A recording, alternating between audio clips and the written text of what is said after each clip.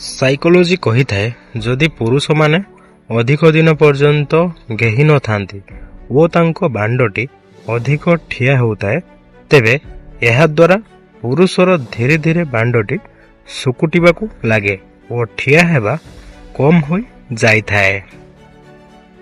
Psychology କହିଥାଏ ଯଦି ଆପଣ ନିଜର ବାଣ୍ଡଟିକୁ ସବୁଦିନ ପାଇଁ ଲମ୍ବା ମୋଟା ଓ ଟାଇଟ୍ ରଖିବାକୁ ଚାହୁଁଛନ୍ତି ତେବେ ଏହି ଉପାୟଟି କରନ୍ତୁ।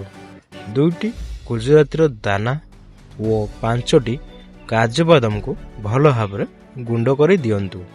ଏହାପରେ 1 ଗ୍ଲାସ କ୍ଷୀର ନେଇ ଫୁଟାନ୍ତୁ ଓ ଫୁଟୁଥିବା ସମୟରେ ସେହି ଗୁଣ୍ଡକୁ କ୍ଷୀରରେ ପକାଇ ଭଲ ଭାବରେ ଫୁଟାଇ ନିଅନ୍ତୁ ଓ ଏହାପରେ ଏହାକୁ ବାହାର କରି ଥଣ୍ଡା ହେବା ପାଇଁ ଛାଡ଼ି ଦିଅନ୍ତୁ ଓ ଏଥିରେ ଅଧା ଚାମଚ ମହୁ ମିଶାନ୍ତୁ। ଏମିତି କରି ଏହାକୁ ପ୍ରତିଦିନ ସନ୍ଧ୍ୟାରେ ପିଅନ୍ତୁ ଆଉ ଦେଖନ୍ତୁ ଏହାର କମାଲ।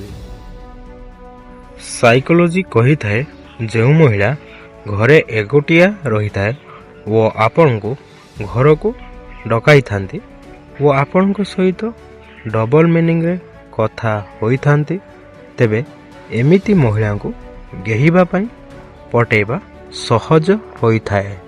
सभी दोस्तों को मेरा नमस्कार। मुझे उम्मीद है कि आपको मेरा वीडियो बहुत पसंद आएगा। अगर पसंद आए तो कृपया गिफ्ट या थैंक्स के माध्यम से कुछ भेजें। मेरा आपसे एक अनुरोध है, 93% लोग वीडियो देख रहे हैं लेकिन सब्सक्राइब नहीं कर रहे हैं। कृपया सब्सक्राइब करें और वीडियो को लाइक करें। मैं आपका हमेशा आभारी रहूंगा। साइकोलोजी कहिଥାଏ किए केते भी सुंदर होइथांतु ना काहेकि जदि से विश्वासी और छोट होई नथांती तेबे तांको सुंदरतार कौनसी माने नहीं। साइकोलोजी कहिଥାଏ जदि आपणक बांडटी छोट पतला और ढिला होई जाइछि तेबे एही उपाय निश्चय करंतु। 50 ग्राम देसी घी नियंतु ओ 5 ग्राम हेंगु नहीं अल्प घीरे भाजी नियंतु और एहाकू गुंड करी नियंतु।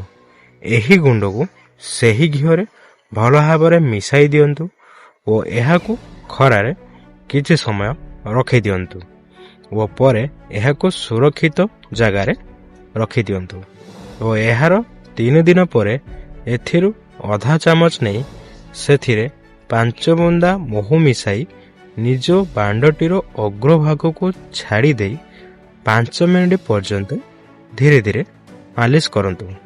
एमिति 1 मास पर्यंत करंतु आ देखंतु एहार कमाल।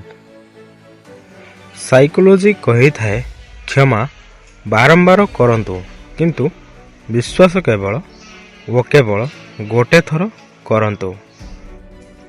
साइकोलोजी कहिଥାଏ काहाको एते भी महत्व देबा उचित नुहे कि से आम मुहरु हस छड़े नेबे।